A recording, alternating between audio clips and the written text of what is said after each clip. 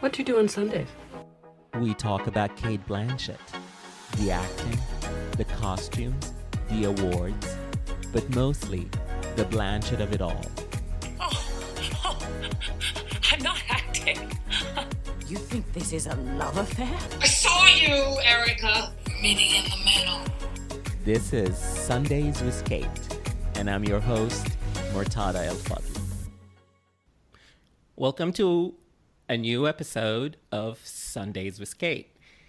And this week we are talking about Cate Blanchett's 2004 film, The Aviator, in which she played the great Katharine Hepburn, so Kate the Great playing the first Kate the Great, and for which she won her first Academy Award. And my guest, I'm very excited to have him with me today, is writer and critic Manuel Betancourt. Hi, Manuel. Hello. I'm so excited to have you here to talk about The Aviator. I remember you talking about Hepburn, and I thought you would be the perfect person for this. I do love Hepburn, and I love Kate, even if I don't love The Aviator. But I have lots of thoughts, and I can't wait to dive in. That's great. So let's dive in. So before we get to The Aviator, let me ask you first about your impressions of Kate. So do you remember the first time you saw her? I was trying to rack my brain because I must have seen Elizabeth and Ripley roughly right after they came out, but I don't remember seeing them. But the first movie that I remember going to the theater, buying a ticket, and remembering this is a Cate Blanchett film is Bandits. Oh, yeah. Which is her Bruce Willis, Billy Bob Thornton, really weird threesome criminal movie. And it's odd, but I have this very distinct memory of I was visiting my family and we all went to the theater and we saw Bandits and none of us knew what the hell we had watched. And then we saw a few months later Fellowship of the Ring. So in my mind, those were my first introductions to Kate, although again, I feel like I must have seen Elizabeth and Ripley before. She just didn't register with me, and I don't understand why. Because of course she's amazing in Ripley and she's amazing in Elizabeth, and especially compared to Bandits, which is sort of low, second tier Blanchett. I don't think anyone talks about this movie. I don't think anyone watched that movie, but that's the first time that I remember being oh, there's redhead. Oh, there's something here. Yeah, we're now going to break to do a karaoke version of Total Eclipse of the Heart. Yes. That's the one scene that I'm I can't.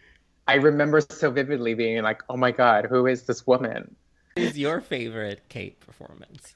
My favorite Kate performance, and it's taken me a while to enjoy it. I think for the longest time I loved the movie and always felt that Kate was miscast. But the more I've seen the movie, the more sort of her performance has grown on me. And I love her in Notes from a Scandal. Oh, yeah. Wow. Yeah. Which is, again, it's taken me a long time to sort of realize that's the Kate that I love the most. Because it's the Kate that's most different, I think, from what we think of her, which is very composed, very regal, very contained. And Sheba is just not that. Although I obviously have a soft spot also for Carol. But Notes is I just love that movie to pieces. I love it too. And that's such a great answer because most people I ask this question, it's either Carol or Blue Jasmine.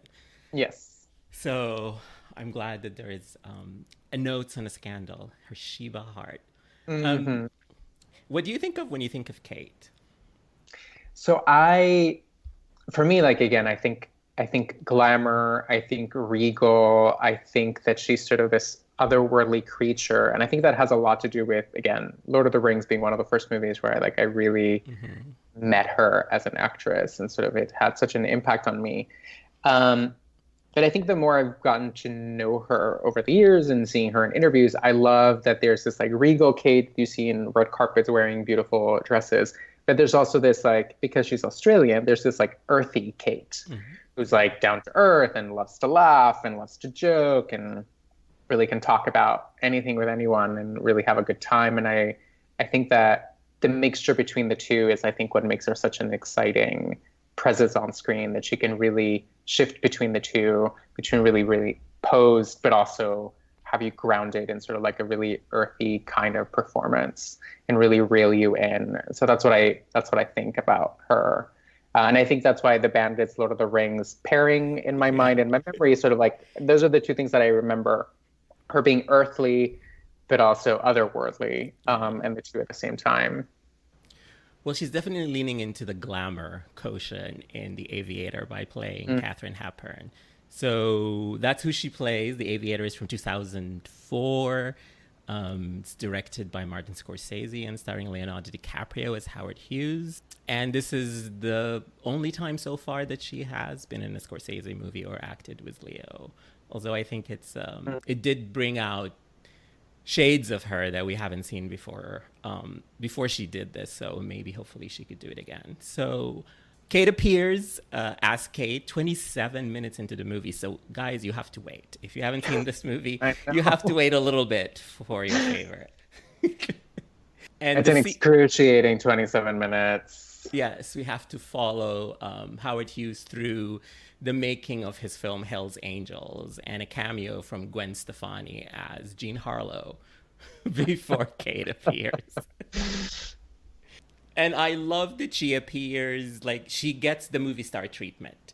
The camera comes in, it's to the set of Sylvia Scarlett, which is a 1935 movie that George Cukor directed and Cary Grant starred in with Katharine Hepburn, and you see the backs of Cukor and Grant, and it says their names, and it says Cate Hepburn, but she's not in the seat. And then it pans out, and she's sitting on the beach on a blanket, and that's when Howard Hughes gets off the plane to talk to her. So she gets the movie star treatments as befits both Cates. Have you seen Sylvia Scarlett? I've just seen like scenes on YouTube from it, which is, I think it's a movie where Hepburn plays a woman pretending to be a man. Yes, I saw it a couple of years ago, and it is, I think I saw it because Lincoln Center was doing pre-1969 queer films. So that's where I saw it. And it is fascinating. It is sort of a failure of a movie. Like, it's clearly not Cukor and Hepburn's best, but it is fascinating, and it does play into this sort of Hepburn's cross-gender, sort of that she was, that she could go from being really feminine to really masculine, and that she has her gruff, right? And you get that too immediately after we meet Cate in The Aviator. So as soon as she looks at the camera and sort of sees Howard, then immediately you're at the golf course, and Cate's in control, and she's wearing pants, and she's a woman, and she knows she's speaking, and she's holding your attention immediately. And one of the things, as I was rewatching The Aviator, I read Hepburn's autobiography a couple of years ago, and I was like, oh, I should look back, see like how she describes meeting Howard. And it's almost word for word what happens in the movie. And it literally, as she's talking about, she has an entire chapter called Howard Hughes. She says, he arrived in his plane. It wasn't on a beach. It was actually on a field. And she says, we met. And then immediately after we went, the next time I saw him, we were golfing. So it's like the beats from Hepburn's biography are like beat for beat what The Aviator is sort of doing. Well, Scorsese always does his research. Oh yeah, and this feels like almost word for word, sort of their meeting is right there. And I love that scene. So the golf scene, it's a scene where if you look at this performance, Blanchett, let's just call her Blanchett because, there's two Kates. Yes. Yeah. So Blanchett is doing this complete imitation mimicry, and she is doing it to the hilt. It's big. She's got the voice. She's got the mannerisms. She's got the body movement. And that's why I think that scene is so impactful. You're either in with this performance or you're not, because she's presented in the golf screen, in this playing golf with Leo as Howard Hughes, and he doesn't even say that much. She is walking and talking and playing golf, doesn't even wait for him to respond to her. She's saying everything, and and she's going really big, and you either love it or you're just like, okay, I can't deal with this. And obviously I loved it, but I think that's why it's so impactful. It's just so big from the beginning. Yeah, and it's quite jarring.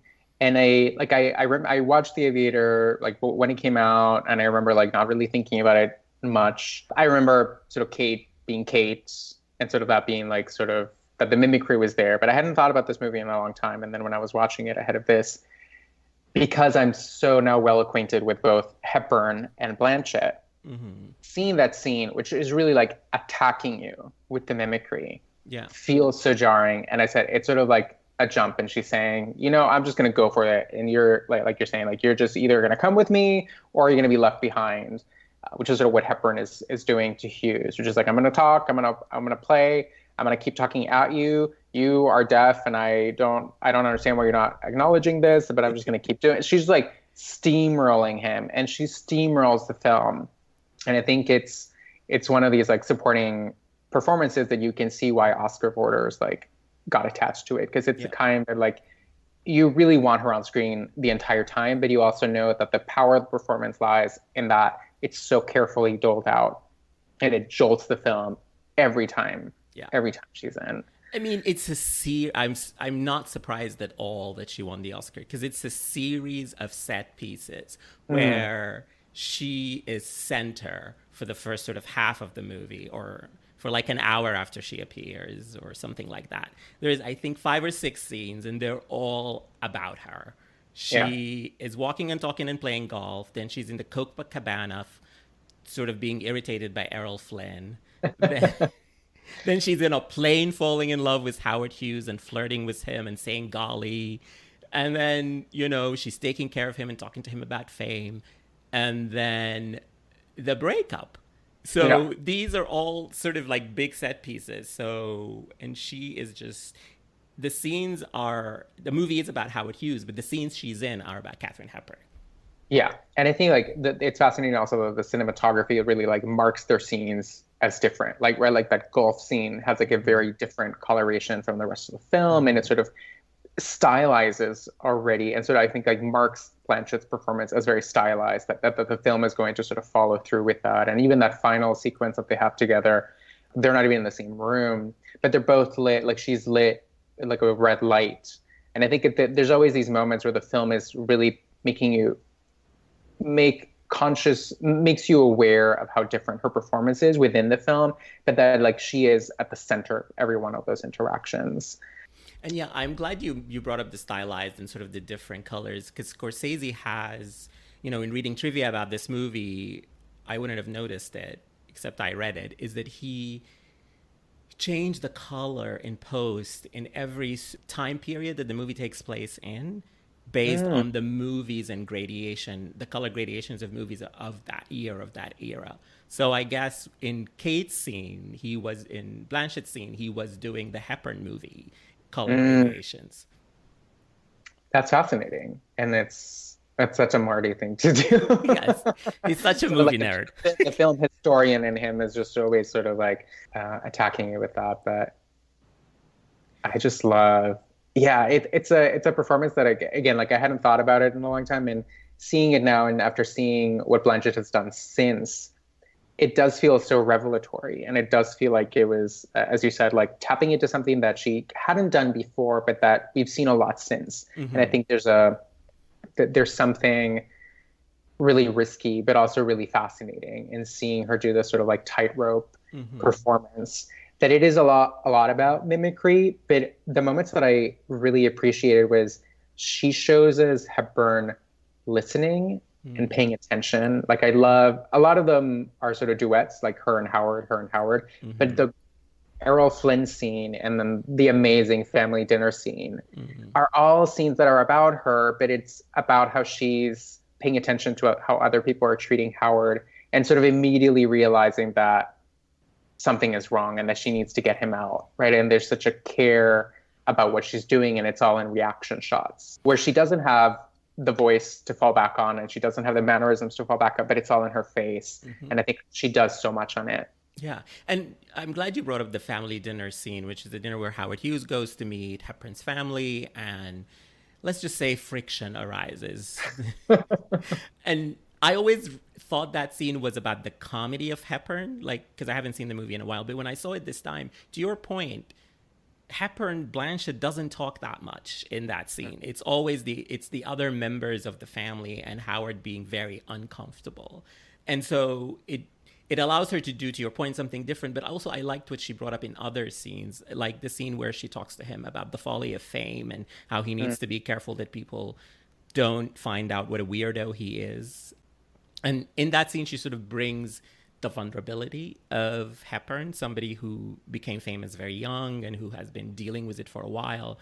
And I think that's was at the time, because she makes the joke to Errol Flynn about how she's box office poison. So that was a time in her life where she was not sure of what was going to happen with her career. And even though the movie is not about that at all, but I think just Blanchett brings that in the performance.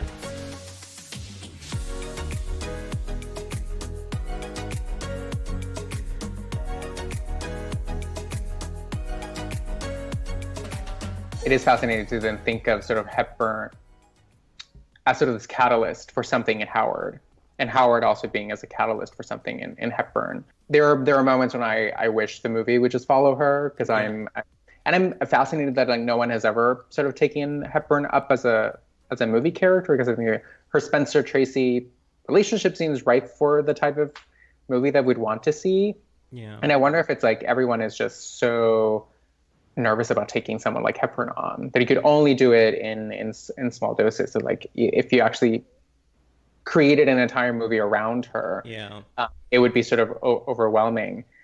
I wanted to ask you, so when I was reading reviews to sort of talk before talking to you, a lot of the reviews were acknowledged the mimicry, but and acknowledged the stylization of the performance, but they were not very, like, I think of this performance as one of Blanchett's best, but they were not very positive beyond that. Like, for instance, Manuel Betancourt says, Ms. Blanchett sounds as if she's channeling one of Hepburn's own overblown performances, which is, damning them with feigned praise. But I think, and I think you agree from what you just said, that she goes beyond the mimicry and does find more shades to play. Yeah, and I think, Hepburn is the kind of character that you could only build from the outside in, right? Mm-hmm. Like you build her from like what she's wearing, like you build her with like trying to get sort of like the jaw, you build her with her voice, you build her with her hair. Especially when the movie is like saying all these things. Errol Flynn says, Kate of the locked jaw, and she goes, golly, all these things are in the script. Yeah, and sort of it's the only way to build it. But I think Blanchett goes one further in that, and I think this is why she may be sort of attuned to something that Scorsese was trying to do, which is like she's giving us Hepburn, but she's also giving us the Hepburn we know, right? Mm-hmm. And this is the kind of performance of like, as Dargis says, like it is a Hepburn performance, right? Mm-hmm. This is the only Hepburn we know. Hepburn rarely gave us an access to sort of what she was in private, and I think what The Aviator and Blanchett and Scorsese do is like, fine, we can't give you the private Hepburn, but we're going to give you the Hepburn but put her in situations that are going to illuminate things about her. So, for example, that fame scene, again, because I went back to read the Howard Hughes chapter in his autobiography, it's all there, right? She says, I have it right in front of me. She says, Howard and I were indeed a strange pair. What should I say? I think that reluctantly he found me a very appropriate companion, and I think that I found him extremely appropriate too. He was sort of the top of the available men and I of the women. We were a colorful pair. It seemed logical for us to be together, but it seems to me now that we were too similar. He came from the right street, so to speak, and so did I. We'd been brought up in ease. We each had a wild desire to be famous. I think that this was a dominant character failing. People who want to be famous are really loners, or they should be. So giving us sort of a character of Hepburn, but then wrapping her in scenes where she gets to grapple with fame, gets to grapple with what kind of man she wants to be around, what kind of man her family wants her to be around, and sort of having Spencer Tracy sort of hovering off the screen. I think it was the only way to make that performance work, because it becomes then also like an ode to Hepburn and to the Hepburnisms that so many of us love. Yeah. And, Kate was very aware of that, Blanchett here, I mean. So I have this quote that she gave to the New York Times at the time where she says, representing Kate in the same medium, film, in which she existed was very daunting. But because she was so private and few people really knew her, we basically know Hepburn through her films. So, of course, you have to give a nod to her screen persona when playing her. And this sort of brings me to, I think of this as one of Cate's riskiest performances, just because of what she's saying in this quote. She is portraying Katharine Hepburn, an icon of the medium of film, in a film. So in the same medium, it's not like, playing Abraham Lincoln. Abraham Lincoln didn't have hundreds of movies where you can see him at any time.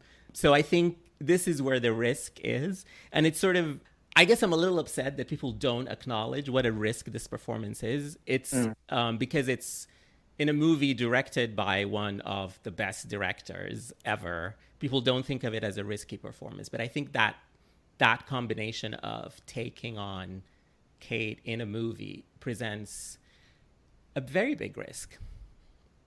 It does. And although I think taking a risk with Scorsese must have felt sort of comforting at the very least. That it seems like the movie would sort of buffer a little bit of the risk. And here's where, like, I think she's been taking those sorts of risks since. I think that the performance that this should be thought of in comparison to or in association with is something like the "I'm not here, I'm not there." Yeah. Right, which is sort of like a similar type of, like, I'm going to take this iconic person and then I'm going to do it. And, like, she's supposed to be doing Lucille Ball in a movie soon for Sorkin. And I think, like, Cate's not someone, Blanchett is not someone that I think of in terms of, like, oh, she nails mimicry, or like that she's known for mimicry. Because she was never the Meryl.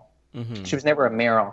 But she still has managed to, I think, explore what it means to use mimicry and what it means to inhabit another person in order to get a sort of like a deeper thing. And I think a lot of it has to do with her voice. One of the things that I really appreciated while watching The Aviator this time is, like, it's so uncanny the way she uses her voice.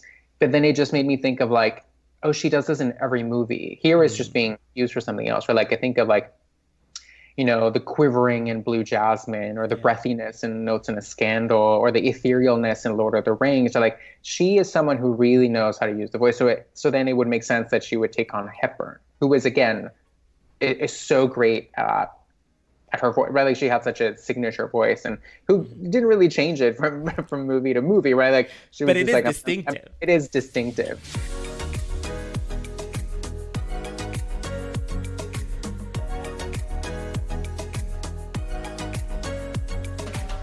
One of the things that I loved in watching The Aviator this time is, like, it made me appreciate that final sequence better. Because at first, as I was watching it, I was like, oh, okay, Blanchett's not as great as doing Screwball. But then I realized, oh, she doesn't need to be doing Screwball. Even if the movie and the pacing and the rhythm seems to be asking her to do Screwball in the golf course and then in the family and then with Errol Flynn. But she's so good in that final moment when it's just her voice that Howard can hear. And it's sort of like a toned down register, and she's really not performing. Because I think the other thing to talk about in The Aviator, and that Howard Hughes calls out, is that he believes that Hepburn is always acting. Yeah. So it's already embedded in the performance that there would be a level of performativity and a level of, like, coaching something out of others in the way that she interacts with them. And so I think that adds to sort of like a second layer to why taking on Hepburn and taking on her mannerisms and taking on her mimicry actually serves the character and serves the way the movie is thinking about the character. Yeah. That leads me to one of my favorite Cate Blanchett line readings ever, which is where she says, "I'm not acting." Not acting.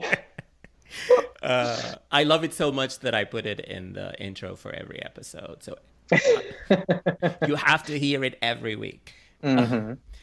And I wanted to go back just a little bit to talk about risk. And I sort of appreciate your point in saying that this was the beginning of her taking more risk, because I think I agree with that, and I think that's true.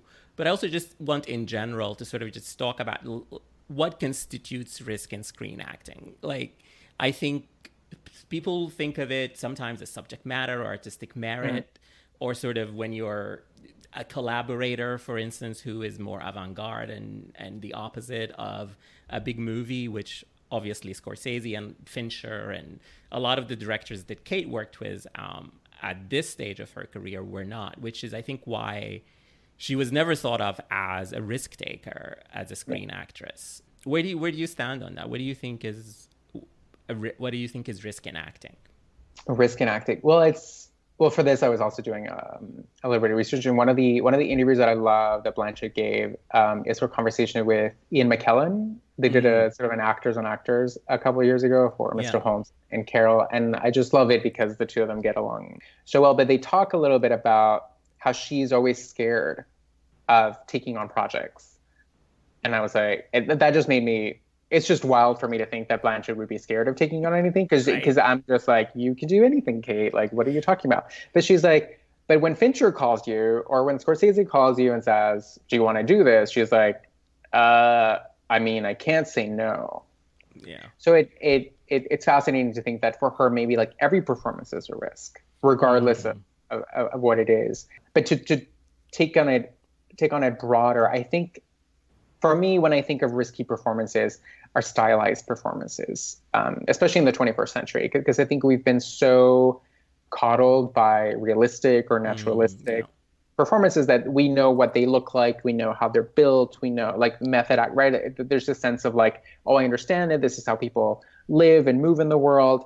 So the performances that I always think are as risky, and I think this is why Hepburn in The Aviator sort of falls under that, is that they're the performances that jolt you and make you realize like, oh, there is no one way of acting. And there are various different ways. And I think that's the fact that also Blanchett is so tied to the theater and that has such a theater sort of aspect to her career and to the way she approaches performance. I think she sometimes brings that in, and that it's always a little bit stylized in a way that demands your attention, or in a way that really puts her character in quotation marks, but then still demands you feel alongside with her. And I think there's the risk, because I think in stylized performances, there's a way in which that can sometimes very easily fail. If the movie isn't built around you or isn't really at the same tone, but when it works, I think the payoff is so much greater. Yeah. And I think that when she does what you were saying, reminds me of sort of like what she did in Blue Jasmine, or what she did in Carol, which Blue Jasmine is not stylized as much, but it's sort of going to the edge of risking it all. I can't think of a performance where she was giving something that was just too subtle or too... I'm searching for the word, but like, we recently did an episode on The Gift, and I think, I don't know if you saw that movie, but that was one of the movies where it was just like, the movie didn't work, but I kept wanting her to go bigger and bigger. And maybe that's just because I love that. And that's what I love from her. Yeah. I mean, you were talking about like one of her favorite lines is, I'm not acting, but like the it's not even my favorite Blanchett line, but the line that always comes to mind is her Elizabeth Golden Age, I am the wind and I hold a hurricane in me. And it's such a ridiculous moment, like in the film, outside the film, in a trailer, but she sells it. And it's because she goes big, and it's because she says, I'm the queen, and the screen will be able to contain or not be able to contain this power that I have. Yeah. So I love when she goes big, and I love when she goes sort of bonkers. Me too. So this brings us to sort of like, since we're talking about Blanchett playing Hepburn, let's talk a little bit about who we think is Kate's sort of classic mirror actress. Because I think of her as somebody who would have been great in those amazing movies in the late 30s and 40s of Hepburn and Bette Davis. And I've always in my mind thought of Kate, even though she is much more glamorous than Bette Davis, I always thought of her as somebody who was playing in the Bette Davis register. Like, I think young 20-something Kate would have done an amazing job in Jezebel or of Human Bondage. Who do you think of? Is it Hepburn for you as Kate? I think late Hepburn is closer to what Blanchett is, right? That these sort of, because even as we're talking about the voice and the physicality, there's an intellectual level to Blanchett's performances, which I associate with Hepburn, and that it's not that she overthought things, but like that she was a very smart person, and that she brought an intelligence to her characters, and in the way she played them, and in the way she sort of imbued them. And I also think about that with Blanchett, which is why initially Notes in a Scandal, I always thought like, oh, she's so miscast. Like, there's no way you could lead me to believe that someone like Blanchett would be so easily swayed, or like be so Not naive. that smart. Right. And I was like, no, Blanchett is like super smart. And Blanchett, like, why would she be cowed by anyone? So I think that level of intellectual acuity that I associate with Hepburn is there also in Blanchett. Although now that when you bring up Davis, I think it's a perfect example. And I think like Blue Jasmine is something that like very easily could fall under like this like women's melodrama and women's film. And that's sort of Davis. Although I think she is much too glamorous and much too beautiful. I mean, Davis was stunning, but in a sort of like a very different way, in a counterintuitive way. Whereas Blanchett is sort of like drop dead, sort of beautiful by any standards that we could think of. And Davis also played a lot of non-glamorous women. Right. Not so much Blanchett. I feel like, which I sometimes wish she did. Like I wish she.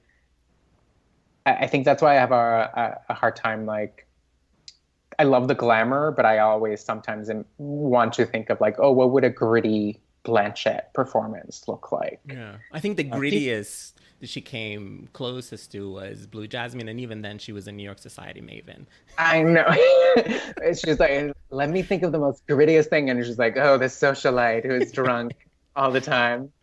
Her playing Jude Quinn and I'm Not There makes me think, and a little bit in Carol, though in Carol she was very femme, but that performance also made me think of Marlene Dietrich. She sort of have that glamour / androgyny thing, which I think you see more of that in her red carpet than in her screen persona. But I think that's something, besides I'm Not There, that's something that maybe I would love to see more of with Blanchett. Yeah. And she played with it a little bit in Ocean's 8, right? It's again another sort of like lipstick butch, I'm going to play and I'm going to fuck with gender.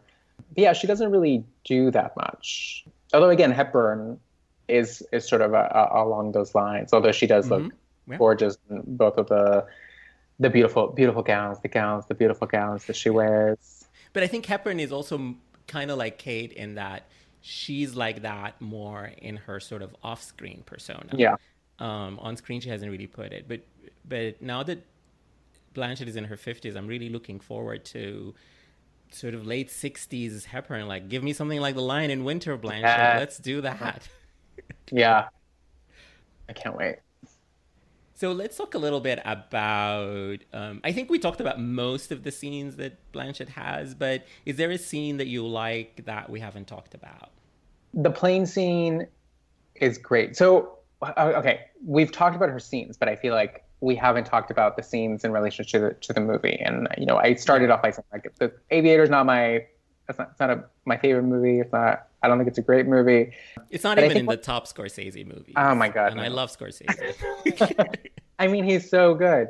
I think one of the reasons why the Hepburn performance really pops is because those scenes seem to be getting at something that the movie itself never quite delivers elsewhere, which is like, this is an examination of a man, you know, how does power sort of like warp his mind, but also how this sort of like sense of cleanliness, right? That there's all this like issues about Howard Hughes and intimacy and controlling, and they're all, I think, very perfectly sketched out in the Hepburn Hughes scenes. Yep. And they sort of disappear everywhere else. Yeah. Like, to me, the movie really plays like, this happened, and then this happened, and then this happened, and everything is sort of like tied together by like his love of aviation. Yeah. Great. But I think the Hepburn Hughes scenes, because there's this talk of fame, because there's this talk of intimacy, because there's this talk of control, and it's so mapped onto this like very unlikely couple. And I think the movie doesn't quite really get me to understand what it is that made them such an interesting pair. Like, I don't understand. I still, after having watched it, I was like, I don't know if the movie has convinced me. I mean, it doesn't give us anything beyond that they are two weirdos, right? Because she says that line, you're deaf and I sweat. Yeah. And you're like, okay, so is that... And I sometimes wish the movie like prodded a little bit more in that direction, because I think that's where the interesting friction of Hughes as a character is. But that was clearly not what Marty was interested in. Yeah. It's not clearly what the movie is interested in. But I think it is what makes their scenes together pop. And I think the airplane scene, I think, is the closest that it gets me to sort of understanding like Oh yeah, we're a bunch of weirdos, and we both have sort of a sense of adventure, and we both have a sense of like unconventionality. And you say golly, and I've never heard anyone else who uses the Yeah. word golly. So of course I love you. Yeah, I mean, Um, I think he falls in love with her because she plays at his level, right? mhm. She's not afraid to just leave whatever nightclub they were in with Errol Flynn, get on a plane, learn how to fly a plane, and fly it in the same night. So she's really playing at his level, and maybe there is the younger Starlet that he meets, who I don't think ever plays at his level. There is a later scene where it's sort of you see that contrast where she can't even put two words together. And it's funny because in real life, I don't think their relationship lasted all that time. I mean, the movie implies from Sylvia Scarlett to Woman of the Year, which is about Yeah. 5-6 years. And I don't know, but just from what I don't know that much about Howard Hughes, but just from what I read, he has dated almost every movie star in that time.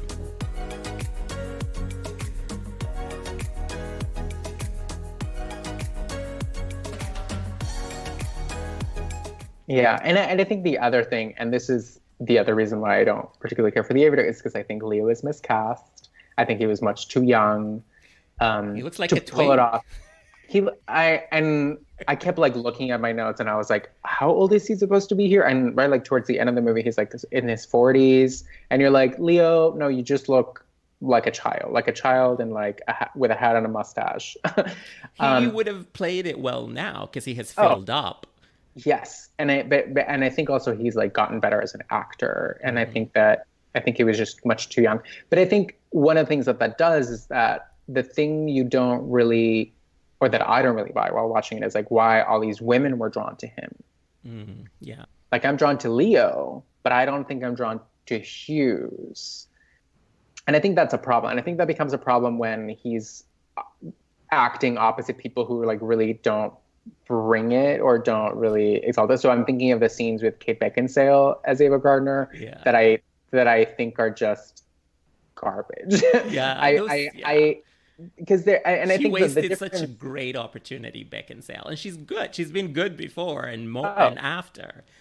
I mean, she's amazing in Love and Friendship, but I think the difference, and I think it's a good comparison to Blanchett, is like Blanchett clearly has a thesis and an idea about Hepburn, Yeah. both in relation to herself, but also in relation to Hughes. So she's able to play that. And I think in Beckinsale, and even in someone like Gwen Stefani in her like blink and you'll miss it role, like there's no sense of who this woman was as a person outside of her screen performances. And so there's no gravity to when they're on screen. So then all you get is like Howard Hughes just like screaming, or Howard Hughes like wanting to control, and then you just never there's not an equal weight to that relationship Yeah. to get me to buy it. Yeah, I mean, Beckinsale is, you need, when you're playing a glamorous movie star, which both her and Blanchett play, you need to hone and perfect the pose. Yes. And they both do it, but I think Beckinsale does nothing more than just perfect the pose and maybe play a little bit with the voice.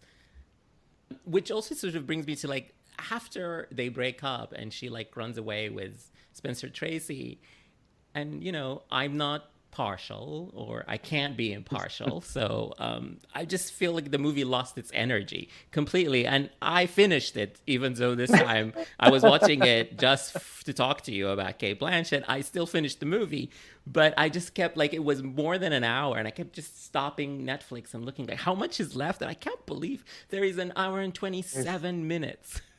So much movie left, and it is, and I mean, I had the same experience, and it's just like I don't get it. Like I don't, as a character portrait, I think it's too long. As a relationship drama, I think it's too long. Like I never understood what the movie was trying to tell me about Howard Hughes, other than like, oh, he was so eccentric and changed to industries because of his ambition, right? And I think that's how Netflix sort of like builds it, and that's all over the synopsis. Like he changed aviation and the motion picture industry because of his like giant ambition.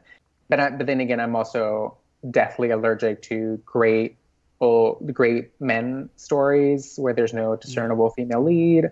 So already I was going to be bored. And Alan Alda's fantastic performance can't really save the last. He's so good. Like he's just amazing. And I think it's because there's like an effortless to his performance that I think it's also what rubs me the wrong way about Leo. And like in Leo, you really see the gears like turning, and you really see him like wanting to do things, and I need to act like this here and I need to act like that there. Whereas Alda is just like he so embodies the character, and he so like makes you at home, and you like believe this is a real person. Yeah, the movie sort of like loses steam once Cate disappears. Yes. Both Cates disappear, I guess.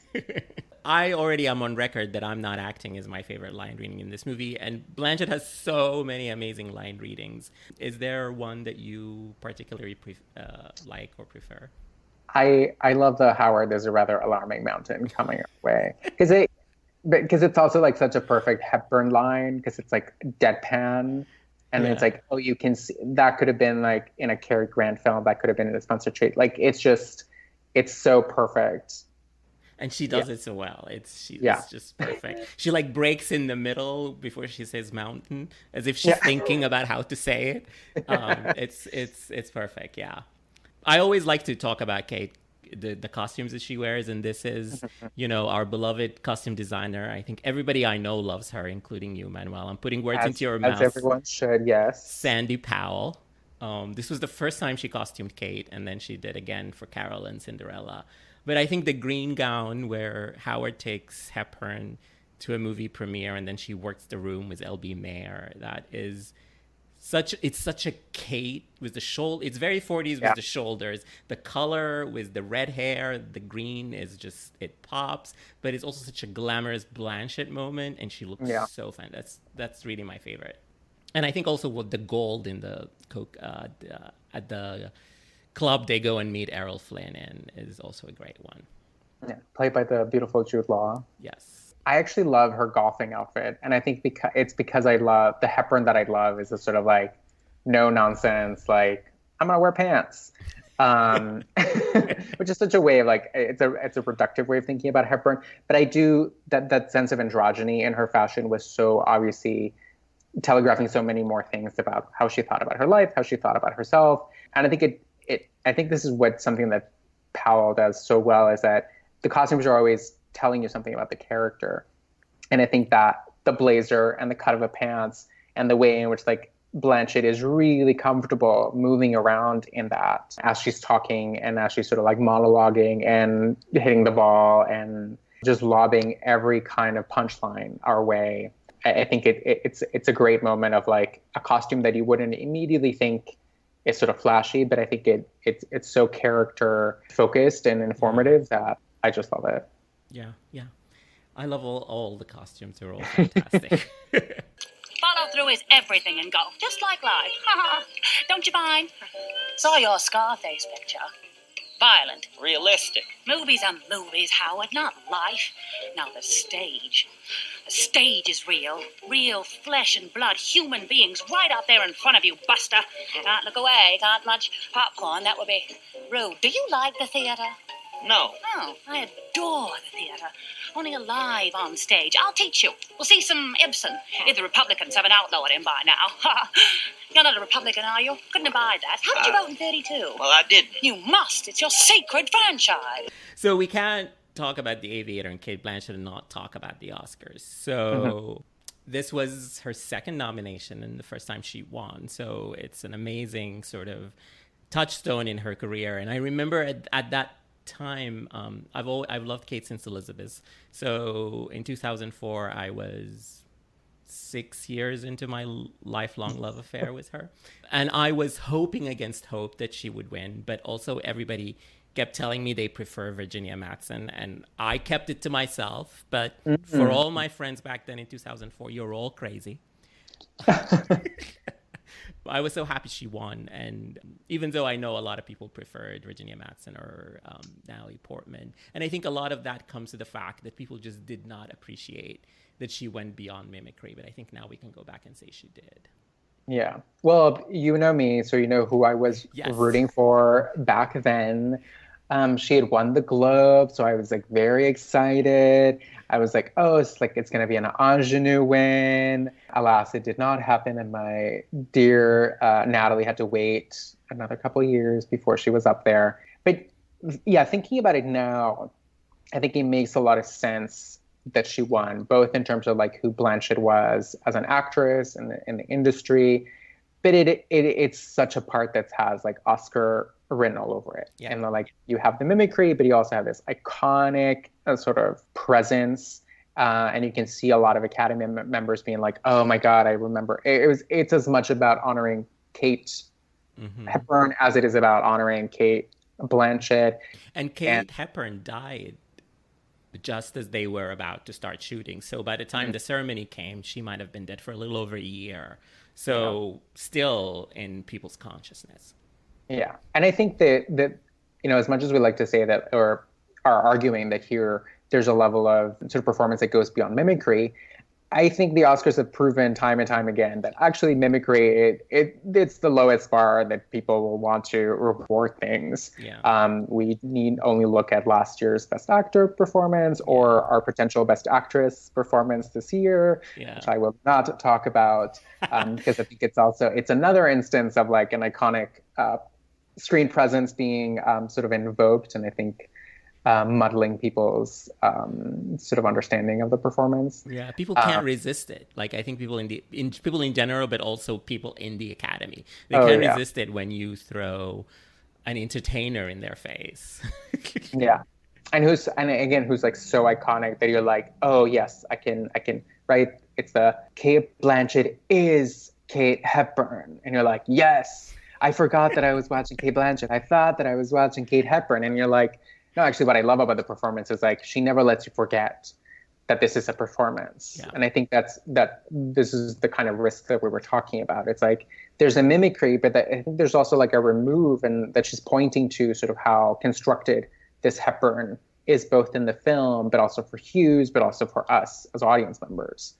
Yeah, that's not what Oscar voters were thinking. I think Oscar voters were just like, "Oh, Hepburn, yes. I loved her. I can't give her a fifth Oscar, but I'll give Blanchett her first." I couldn't give Garland one, so I'll give. Well, we'll see. We'll see if Renee Zellweger gets all the way to an actual Oscar with Judi. Before we go back to sort of like talking about Cate in general, I have some questions for you. I want to ask you, as somebody who loves Katharine Hepburn, to sort of talk a little bit about her screen persona and sort of something that we haven't touched on that you think is in her screen persona, and maybe a couple of performances that you really enjoy and want people to look into. I was thinking about this, and I wonder, do people talk about Hepburn anymore? I feel like, yeah, or that when they talk about her, it's sort of just about her like Oscar wins, right? Like that we know, Hepburn won 4 and Meryl has 3, and so this is the only way we think about her recently. And I think it does such a disservice to a career that was really so influential to generations of movie lovers, to generations of actors, to generations. Lasted so long. She was at the top for so long. Oh my God, yes. And read that she had so many like incarnations, right? Like there was like Screwball Cate and like this sort of like ingenue Cate, and that she was able to then do the Tracy Hepburn films, and that she was able to do this, and then still she would win her 2 Oscars like when she was in her later years, and that they're so, On Golden Pond and Lion in the Winter are like so beautiful. And I think there's when I do think about Hepburn, when I think about Hepburn in contemporary conversations, I think a lot of it usually boils down to, or is reduced to like, well, she always did Hepburn, right? Like, oh, well, Hepburn was always playing sort of herself. But I think that does a disservice to the kinds of performances that she did. She just had a very distinctive screen persona and a voice that is just, I can just hear it now in my head. Yeah. And I think it's also because she makes it feel so effortless. Yeah. And I think that's also what I loved. So if we're talking about like, go to Hepburn movies that you should watch, I will not be the first or the last person to say like Bringing Up Baby is brilliant, despite it being horribly, criticized and at the time, and like it was a bomb and she was box office poison. But one of my favorite Hepburn performances is Suddenly Last Summer. Oh, yes. And it's, first of all, that movie is insane on so many different levels. It's the craziest story ever.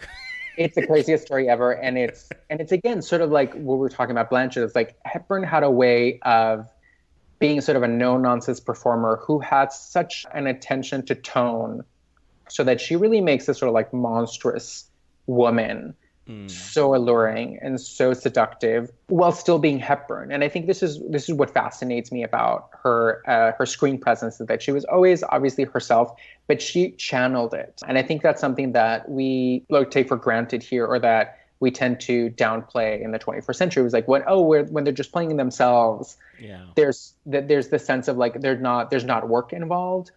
And I don't think any actor ever plays themselves unless they're, I don't know, Jerry Seinfeld, maybe. Exactly. But I think this sort of like movie star performance, I think has been so trashed. And I think just because there's no effort involved, or just because you think they're playing themselves or a version of themselves, I think when people do it great, and I think when people know how to channel that, and I think Hepburn was one of the masters in doing that. And I think that's one of the reasons she hated someone like Meryl, right? Like, because Meryl, it was sort of the opposite. Like, Meryl was about this chameleon, and for Hepburn, she was like, I don't understand that. But it's a school of acting, and I think the school of acting that Hepburn sort of belongs to has been sort of fading, and I wish we would sort of bring it back and sort of to look at something like Bringing Up Baby, looking at something like Sun Last Summer, and looking at something like Line in the Winter. I don't think you can look at those three performances and say, oh, Hepburn was just Hepburn. Yeah, she has range just within those three. Yes, absolutely. She has the range. She has the range. Is there any younger actress working today who reminds you of Hepburn? I don't think so. I mean, I think Blanchett was the one that would immediately have come to mind a couple of years ago. But if we're thinking sort of younger, I don't know, but I think it's also because the types of films that Hepburn did, right? These like screwball comedies that made her start, they don't make them anymore, right? So that sort of charm. I mean, I think of someone like Anna Kendrick, I think her comedic stylings, I think, is sort of the closest that we get to someone like Bringing Up Baby's Kate. I mean, I would say Emma Stone, but I don't think of her as Hepburn, but more Shirley MacLaine. But she's somebody who would have thrived so well in screwball comedies. Yeah. I mean, those eyes alone. Yeah. So let me ask you few questions about Kate. Do you think Kate has ever been underrated? Is there a performance you think that people don't give it that she is? And, this is always a tough question because she is somebody who is so rightly rated, like she is rated so highly. I mean, I think Notes on a Scandal is an underrated performance. But I think also the time between Elizabeth and The Aviator was probably the closest you can get to when Kate, as an actress within the industry and within critical circles, was underrated.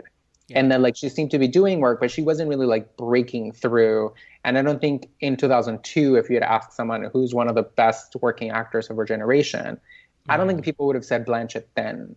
But I think there's no way. There's no way of then going back and being like, no, she was one of the best.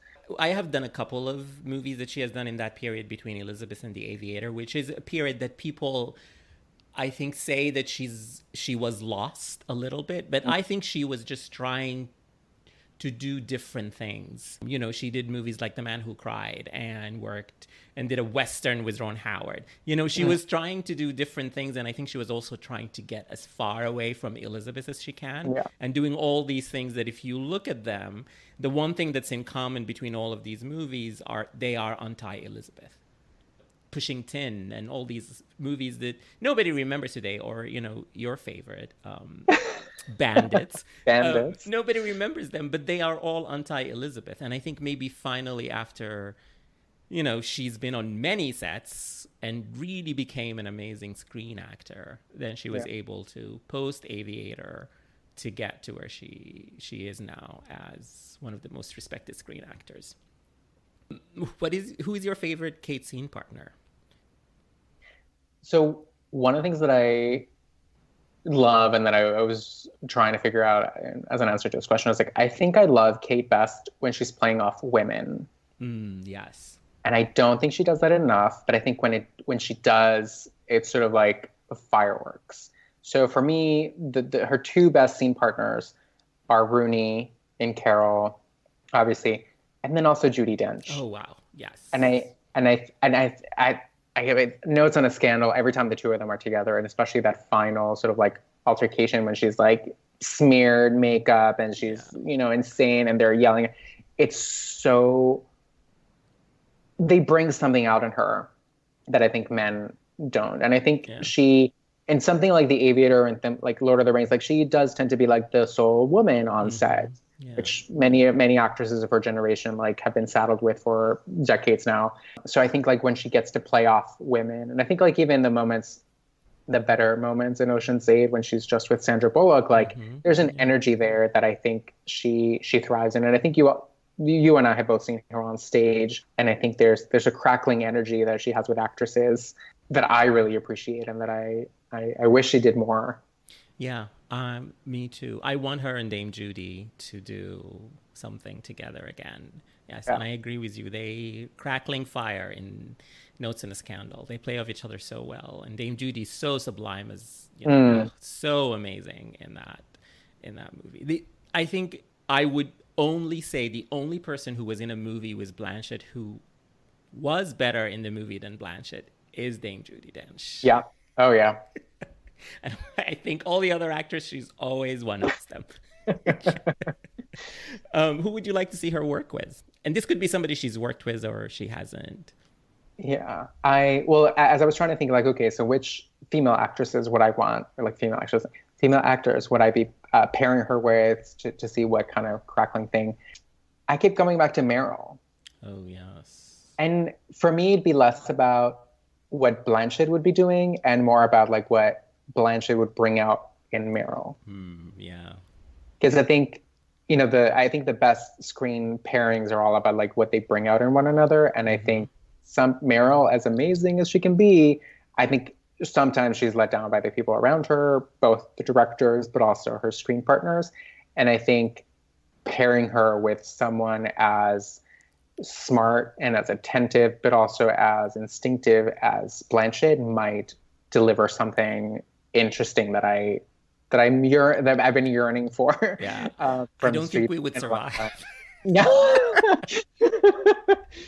But yes, I want to see that too. Because I kept thinking of like what Kidman and Streep did in Big Little Lies, and I think that there was something there, and Andrea Arnold, I'm sure, was sort of involved, that I would love to see that happen with someone like Blanchett. Yes. Maybe they can play, real people. So, I don't know who. I can't think of any of who, but because they are both famous for doing these sort of incarnations. So do it. I don't know who, but get it done, Streep and Blanchett. Yeah. So beyond The Aviator, what's your favorite line delivery of Kate's? So the one that I use the most, actually, in my everyday life is "I like the hat" from Carol, which is such a throwaway line, but there's something so beautiful, and it's such a small moment. But whenever someone is wearing a hat and I like it, I just go, "I like the hat." Yeah, but it's also the start of a grand love affair, right? Yeah, it's a beautiful line. And then my other one is, "Who do you have to sleep with around here to get a Stoli martini with a twist of lemon?" Which again, just lines that just like I can use on an everyday basis. That her delivery is just, I can hear it in my head. And sometimes for me, I wonder, because like something like Blue Jasmine or something like Carol and even The Aviator, there are so many amazing lines, and you're like, were these scripts just about lines, or is this about Blanchett's delivery? And I think it's probably a combination of both. Yeah.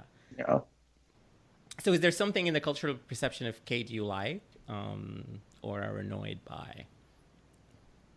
I don't know if there's anything that I'm annoyed, but I do sometimes wish there was less of a demarcation between Kate on screen and Kate off screen.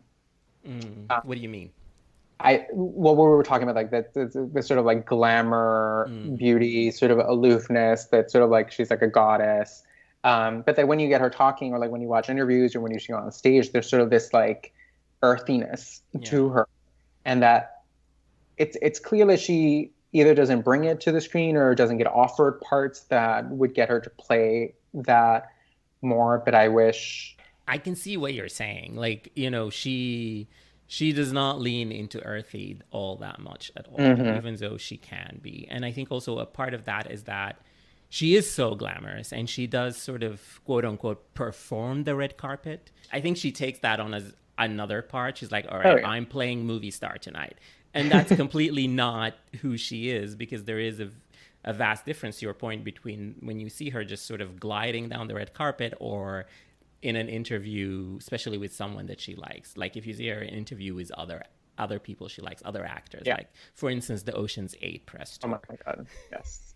So it's not so much about her perception, but like it seems like a missed opportunity. And I think this is why when I first saw her on stage doing Uncle Vanya, and it was such a revelation to me because she was so loose. And I don't think of her as a loose actress. To me, she's always like very contained in very, very specific and very intentional ways. But on stage and in The Maids too, she was like, there's a gangliness and there was like sort of like a looseness to her that's electrifying and that's so alluring. And I think that's why Blue Jasmine sort of stands out. It's because you sort of get that a little bit and you sort of like see her coming off or loosening up. And I don't know who would be able to get that from her on screen, or like what kind of part that would ask her to do that. My answer, especially these days, is Pedro Almodovar for everything. As it should be, yes. I kept thinking like female filmmakers might be able to coax that, because as I was looking through like who she's worked with or who she would also, she has a very like male. I think Gillian Armstrong is the only female. The Man Who Cried was directed by, and I'm forgetting now, but. Oh, by Sally Potter. Sally Potter, yes. So but I think those were, she mostly works with male directors. Yeah. And she's like adding another big male director next, which is Guillermo del Toro. So maybe. Because I keep thinking like, what would Marielle Heller do with Blanchett? Or what would Andrea Arnold do with Blanchett? Yeah. Or someone like, oh my God, who did The Dressmaker? And she's Australian.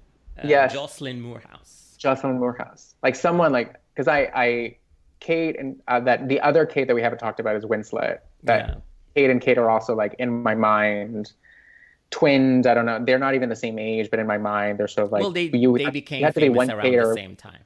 Yeah, and to me it was like, were you a Winslet or were you a Blanchett? And for the longest time I was a Winslet, but she's been letting me down lately, so I really can't be in good faith a Winslet fan. But I keep thinking of The Dressmaker performance of the Winslet. It was like someone, right? Because Winslet is also someone who like has that sort of earthiness, but doesn't really channel it that often. But I found it with that, or she does channel it more than Blanchett, that's for sure. Yeah. Before we go, is there anything else you want to say about Blanchett or about Hepburn or The Aviator? I think I've said everything. You should watch the Hepburn scenes. Yes. I think would be my. Someone must have really done a supercut somewhere on YouTube. It was like just the Hepburn scenes, and they are all amazing. Like you can't go wrong. Just watch one after the other, and that's all you need from The Aviator. Thank you so much, Manuel. This was a joy. Thank you for coming on Sundays with Kate. And why don't you let our listeners know where they can find your work? Probably the easiest way of finding my work is on Twitter. So you can follow me at bmanuel. That's where usually I'm talking about Winslet and Blanchett and Streep and all these other amazing women. And then if you go to my website, mbetancourt.com, you can see where else I've written and where you can order my upcoming Judi Garland book that comes out in May next year. Yeah, that's exciting. Looking forward to that. And you can find me online on Twitter at Emmy_says, and follow the podcast at Sundays with Kate or on sundayswithkate.com. And until next time, thank you for listening.